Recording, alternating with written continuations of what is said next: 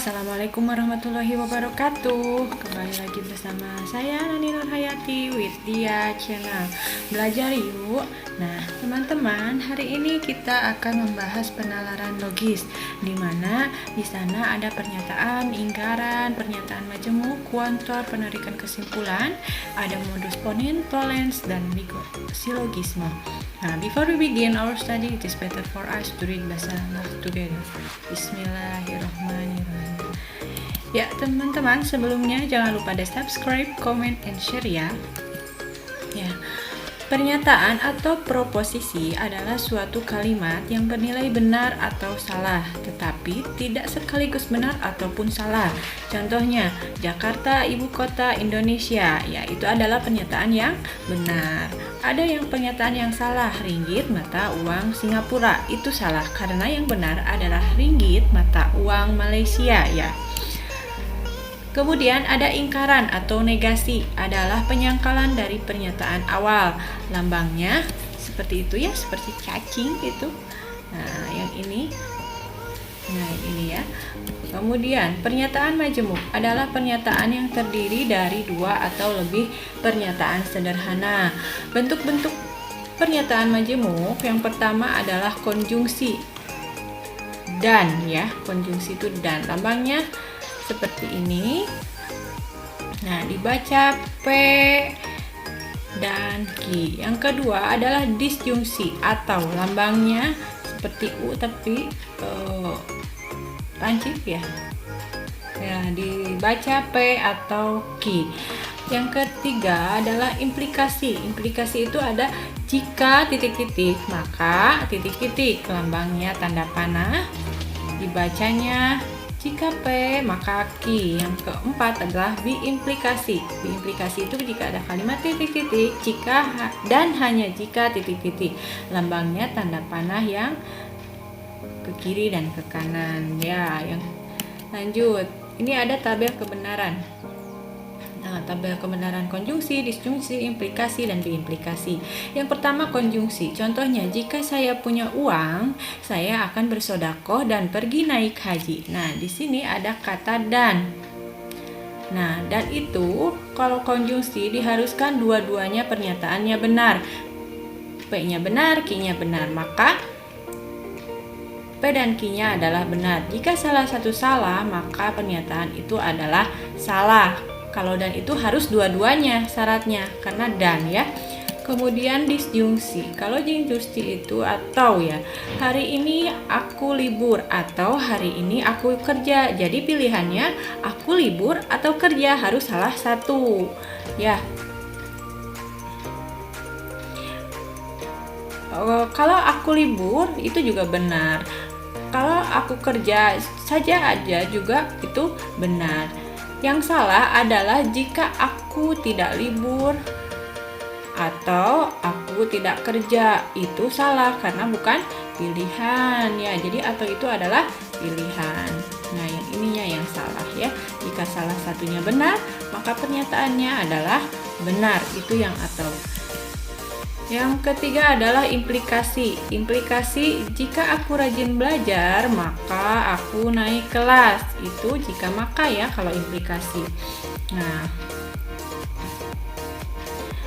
implikasi ini kayak sebagai syarat ya. Kalau pernyataannya benar, Q-nya benar, maka pernyataan itu adalah benar. Kalau rajin belajar, tidak mungkin aku naik kelas, itu pernyataan yang salah. Kalau Q-nya salah, aku tidak rajin belajar nih, cina katanya ya. P-nya salah, tidak rajin belajar. Aku naik kelas, itu bisa saja ya. Bisa saja dia tidak rajin belajar tapi naik kelas gitu, bisa saja ya. Mungkin nilai yang lain lebih besar dibandingkan nilai matematika misalkan, itu benar. Atau dia tidak rajin tapi daya tangkapnya bagus, jadi naik kelas, bisa ya. Yang ketiga adalah jika pernyataannya yang P-nya salah, aku tidak rajin belajar, maka aku tidak naik kelas, itu pernyataan yang benar. Jadi kalau implikasi terletak pada jika P-nya benar, Q-nya salah, Ya, itu adalah pernyataan yang salah. Yang keempat adalah biimplikasi. Ini jarang ya, tapi jelaskan aja. Biimplikasi ini jika B-nya benar, Q-nya benar, itu benar. Atau jika P-nya salah, Q-nya salah, itu pernyataan yang benar. Jadi harus dua-duanya pernyataannya sama. Sama di sini, kalau P-nya benar, Q-nya benar berarti benar. Kalau Q-nya salah, S-nya salah, itu benar. Jadi Inan bisa masuk perguruan tinggi negeri jika dan hanya jika dia lulus tes SBMPTN ya. Kalau dia tidak bisa masuk perguruan tinggi berarti dia tidak lulus SBMPTN gitu ya. Itu yang pernyataan yang benar. Nah, yang ininya yang benar, ini salah. Ini salah gitu ya. Nah, triknya kita dengan Babe bilang susu sapi besar sekali gitu ya. Kalau yang konjungsi ini ya konjungsi B berarti kalau P-nya benar, Q-nya benar berarti benar. Nah, yang ini itu yang konjungsi, yang selain itu adalah salah. Kemudian disjungsi, kecualinya susu sapi ya, berarti jika P-nya salah, Q-nya salah, maka itu adalah pernyataan yang salah. Nih, yang ini letaknya kuncinya. Yang ketiga adalah yang implikasi. Jika ditemukan P-nya benar, kemudian Q-nya salah, itu merupakan pernyataan yang salah. Nah, ini kuncinya gitu ya. Oke, lanjut. Negasi kalimat majemuk. Nah, negasi kalimat majemuk, negasi konjungsi. Negasi ini ya, negasi itu ingkaran. Sama dengan negasi P atau negasi Q. Ini sama pernyataannya gitu ya. Kemudian kalau disjungsi, ingkaran dari disjungsi sama dengan negasi P dan negasi Q. Kalau implikasi, ingkarannya sama dengan P dan negasi Q. Biimplikasi sama dengan P atau negasi Q dan Q atau negasi P. Nah, bingung ya, kita contoh aja. Contoh yang disjungsi ini ya, negasi dari Inan sedang membaca dan menulis. Itu pernyataannya sama dengan Inan tidak sedang membaca atau tidak sedang menulis. Itu sama ingkaran dari konjungsi. Ini kan konjungsinya nih, konjungsinya diingkar. Jadi dua-duanya tidak membaca maupun tidak menulis. Yang kedua, ini negasi dari P atau Q. Jadi sama dengan Inan tidak sedang membaca dan tidak sedang menulis gitu ya. Kan atau itu yang benarnya itu apa? Salah satunya kan pilihan. Kalau disjungsi itu atau itu pilihan, harus pilih salah satu gitu. Jadi ini dua-duanya tidak berarti salah, ingkarannya salah gitu ya. Terus yang ketiga, ingkaran P maka Q. Ini P maka Q gitu ya. Diingkar jadi sama dengan jika Inan membaca, maka Inan menulis gitu ya. Ingkarannya Inan sedang membaca, namun Inan tidak sedang menulis gitu. Itu ingkarannya. Nah, ini ada converse, inverse, dan kontraposisi. Nah, berdasarkan implikasi, P maka Q dapat diturunkan menjadi pernyataan-pernyataan baru yang disebut converse, inverse, dan kontraposisi. Apa itu? Kalau converse itu berbalik jadi Q maka P. Dari P kan implikasi ininya. Implikasi P maka Q. Converse-nya itu Q dibalik Q maka P. Kalau inverse-nya negasi, diingkarkan, negasi P maka Q. Kalau kontraposisi diingkar lalu dibalik, jadi negasi Q maka negasi P. Nah, ini ya. Jadi kalau diturunkan dari P, dikontraposisikan jadi negasi Q, maka negasi P. Kalau dikonverskan, ini dikonvers, maka dibalik Q, maka P. Kalau inverse itu diingkar, negasi P, maka negasi Q gitu ya. Contoh aja ya kalau bingung.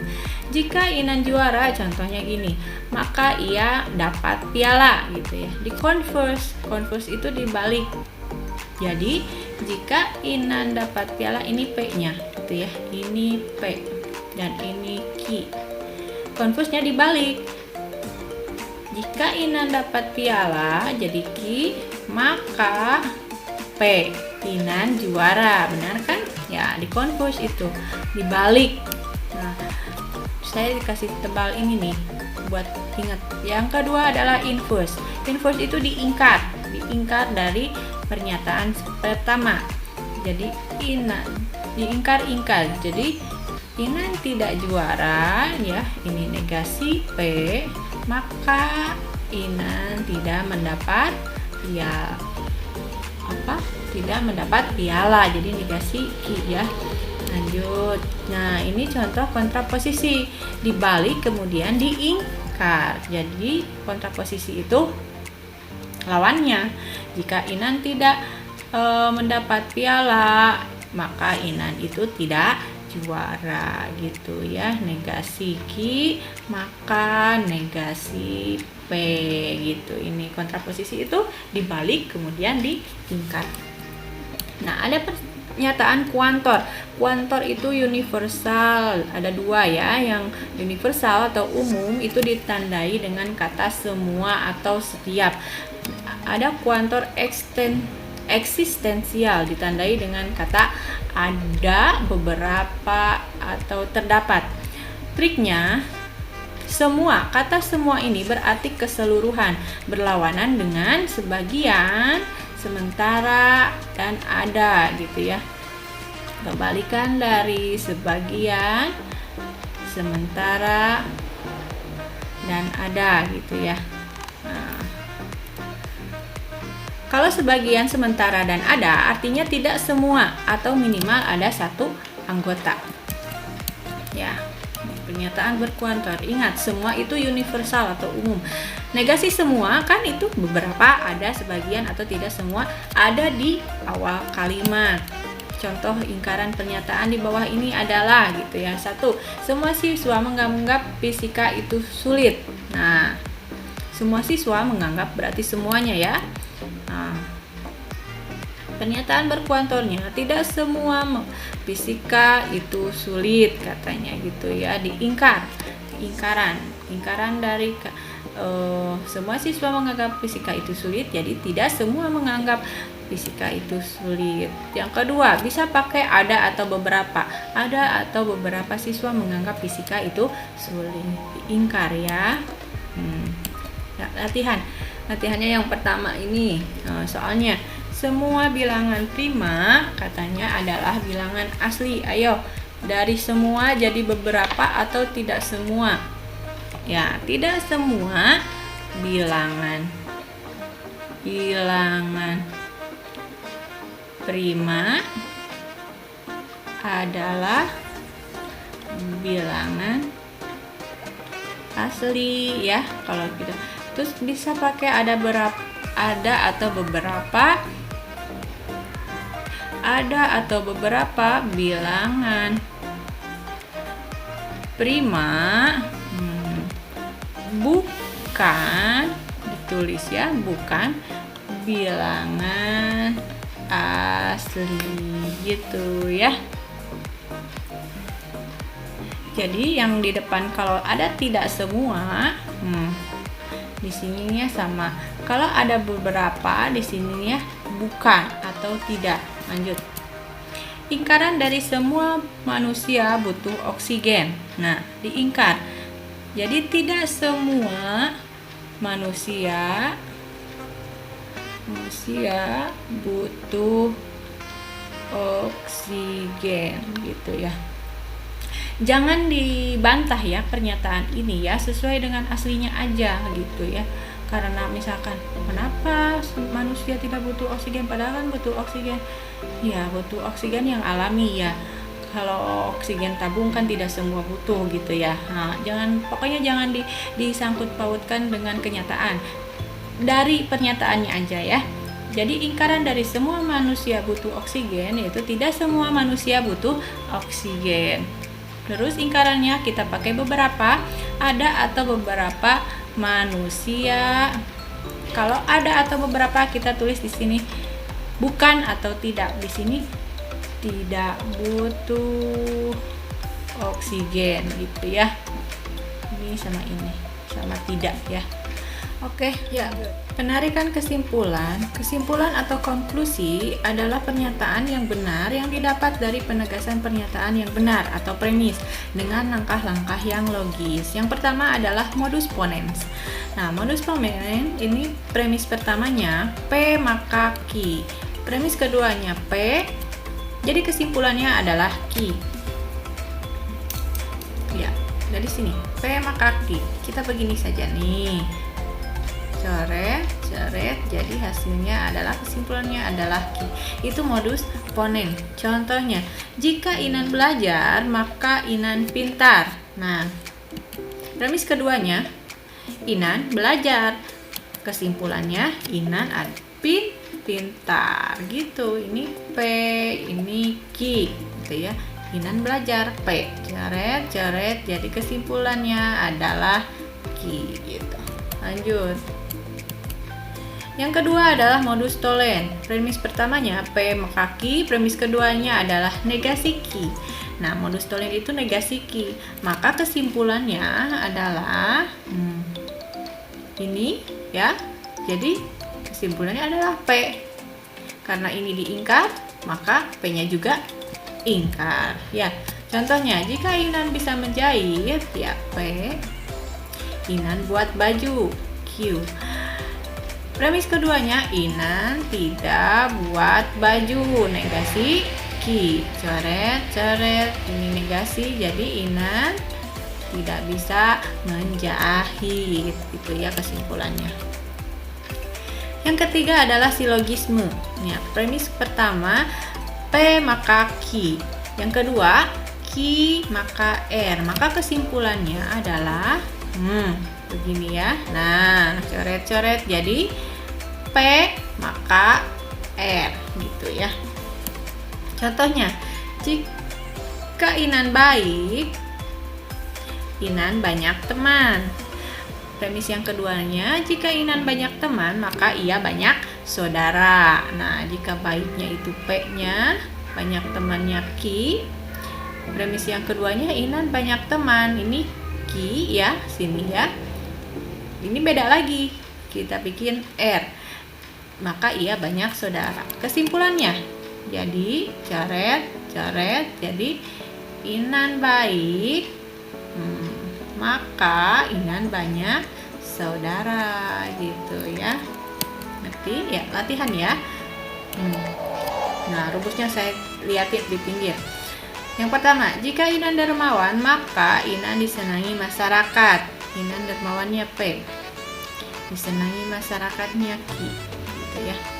Inan tidak disenangi masyarakat, ini negasi Q. Ya. Maka kesimpulannya adalah, coba lihat yang mana negasi Q. Nah, yang tolen, kesimpulannya adalah negasi P. Jadi apa? Inan, kesimpulannya Inan tidak dermawan gitu ya.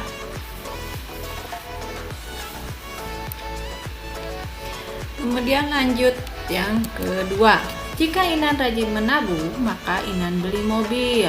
Nah, rajin menabung P, maka Inan beli mobil Q. Jika Inan beli mobil itu Q, cita-citanya tercapai R gitu ya. Kemudian yang ada premis yang ketiga, cita-cita Inan tidak tercapai. Tidak tercapai, oh berarti ini negasi R ya.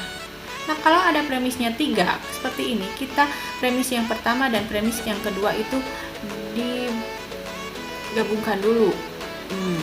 P maka Q, kemudian premis keduanya Q maka R, kita coret jadi apa?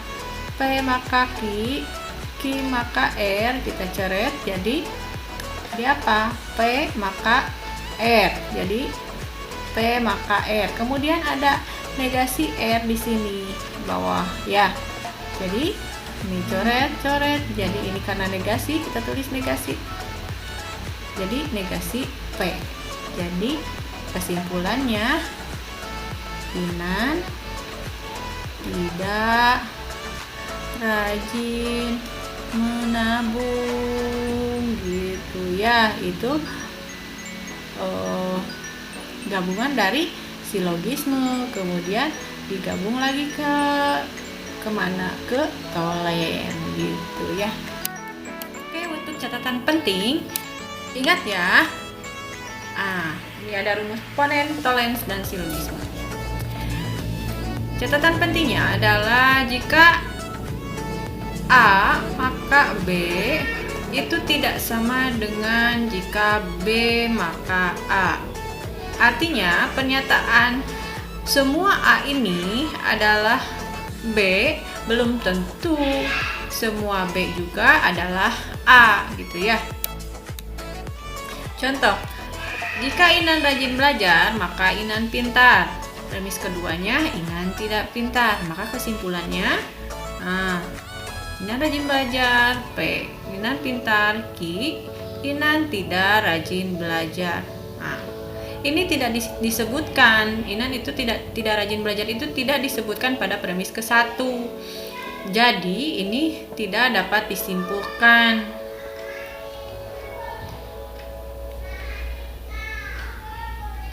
Karena pernyataan atau premis ini itu adalah pernyataan yang benar. Jangan disangkut pautkan gitu ya. Jangan dengan logika kita. Ini banyak yang mengecoh nih kalau soal yang kayak gini. Banyak yang menjawab itu kalau Inan tidak rajin belajar berarti kesimpulannya Inan tidak pintar. Bukan ya, karena di rumus juga tidak ada ini negasi P ya. Yang ada P maka Q, premis yang keduanya adalah P maka Q ya. Kalau ini negasi P premis keduanya, bukan ya. Jangan disimpulkan, jangan dibuat logika yang menurut kita benar, enggak ya. Nah, belum tentu Inan tidak rajin belajar. Pokoknya lihat di premis pertamanya apa. Itu adalah pernyataan yang benar ya. Yang kedua, jika Inan rajin belajar maka Inan pintar gitu. Yang premis keduanya itu Inan pintar. Nah, di premis yang ke-1 kan tidak disebutkan, tidak ada jika Inan pintar itu karena rajin belajar, tidak ada kan. Ini mah jika rajin belajar maka pintar, jangan dibalikan gitu ya. Nah, ini adalah syarat, jika rajin belajar maka pintar. Jika pintar, jangan dibalikan karena di rumus juga ini tidak ada P maka Q. Nah, tidak ada Q kan, harusnya negasi Q. Maka ini juga tidak dapat disimpulkan. Nah, untuk catatan pentingnya, hafalkan rumusnya. Hafalkan, kalau kita nggak tahu ponen, tolens, silogisme, kita hafalkan aja rumusnya. Insya Allah ya, semua soal bisa kita jawab. Jadi jangan terkecoh. Yang kita hafal P maka Q. Ini P coret jadi Q. Ini P maka Q. Premis keduanya negasi Q, kita coret negasi P. Kesimpulannya, silogisme P maka Q, kemudian Q maka R, maka hasilnya adalah P maka R gitu ya.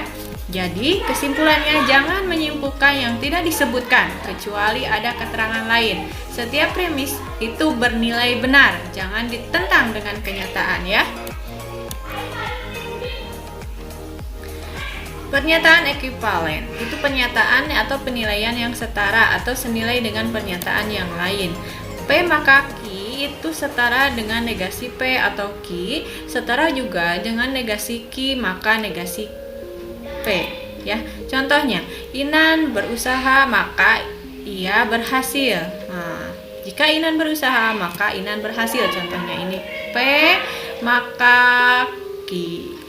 Jika Inan tidak berusaha, ini negasi P, ini ya setara dengan negasi P atau Q. Inan tidak berusaha atau Inan berhasil. Jadi ini kesimpulannya Inan berhasil gitu ya. Kemudian pernyataannya juga senilai dengan negasi Q maka negasi P. Jika Inan tidak berhasil maka ia tidak berusaha, ya. Negasi Q maka ia tidak berusaha gitu ya. Itu pernyataan yang senilai dengan implikasi, ya.